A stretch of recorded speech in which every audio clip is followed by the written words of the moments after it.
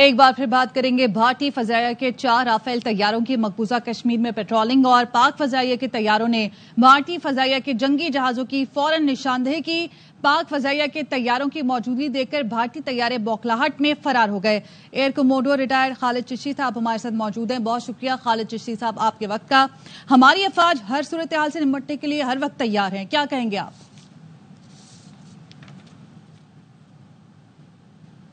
جی خالد میری آواز صاحب آ رہی ہے؟ جی آپ ہمیں سن سکتے ہیں؟ جی السلام علیکم جی، thank you for having me جی۔ آپ کا سوال میں نہیں سن سکا، دوبارہ ریپیٹ خالد کریں صاحب، بھارتی فضائیہ کے 4 رافیل طیاروں کی مقبوضہ کشمیر میں پیٹرولنگ ہوئی، جس کو فوراً پاکستانی افواج کی جانب سے پاک فضائیہ نے نشاندہی کی اور پاک فضائیہ کے طیارے دیکھ کر، موجودگی دیکھ کر بھارتی طیارے وہاں سے فرار ہو گئے۔ اس پر آپ کیا کہیں گے؟ پاکستانی افواج ہر وقت تیار ہیں دشمن کو منہ توڑ جواب دینے کے لیے۔ دیکھیے، میں as a retired Pakistani air force officer کے مجھے یہ پرویلیج حاصل ہے کہ میں پاکستان ایئر فورس کے لیڈرشپ سے کنیکٹڈ ہوں because of my long association of 40 سال سے، اور میں کانفیڈنس کہہ سکتا ہوں کہ پاک فضائیہ نہ صرف فلی الرٹ ہے کشمیر اور گلگت بلتستان کے پہاڑوں کی چوٹیوں سے لے کر کھلے سمندروں تک، نہ صرف دن میں بلکہ 24 گھنٹے رات اور دن۔ تو انشاءاللہ دشمن کو یہ پہلی دفعہ نہیں ہے، یہ ہر دفعہ ایسا ہی سامنا کرنا پڑے گا جب بھی ہماری الرٹنس چیک کریں گے، اس میں کوئی ڈاؤٹ نہیں رہنا چاہیے۔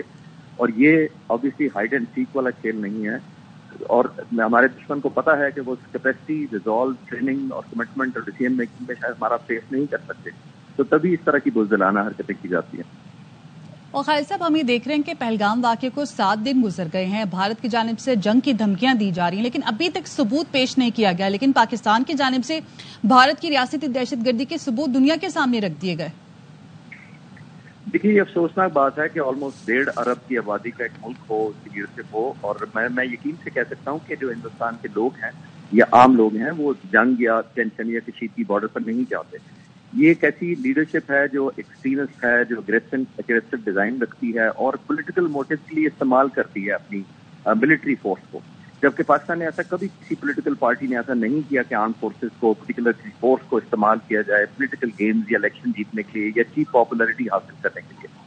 تو یہ ادھر کے ٹیکٹکس ہیں، اور افسوسناک بات جیسے میں عرض کر رہا ہوں کہ چھوٹے چھوٹے ملک اب اتنے ذمہ دار ہو گئے ہیں کہ وہ اسٹیٹس کا ایک اسٹیٹس رکھتے ہیں، ایک گریس رکھتے ہیں اپنے کنڈکٹ میں، بٹ اتنی بڑی لیڈرشپ ہونے کے باوجود اتنی امیچور ایکٹیویٹیز کی جاتی ہیں جس میں پروٹیسٹنگ کی جاتی ہے، فلی ویل نوئنگ کہ پاک فضائیہ اور ادر فورسز اس حد تک تیار ہیں کہ کسی انشاءاللہ تعالی مس ایڈوینچر کی ہم نہ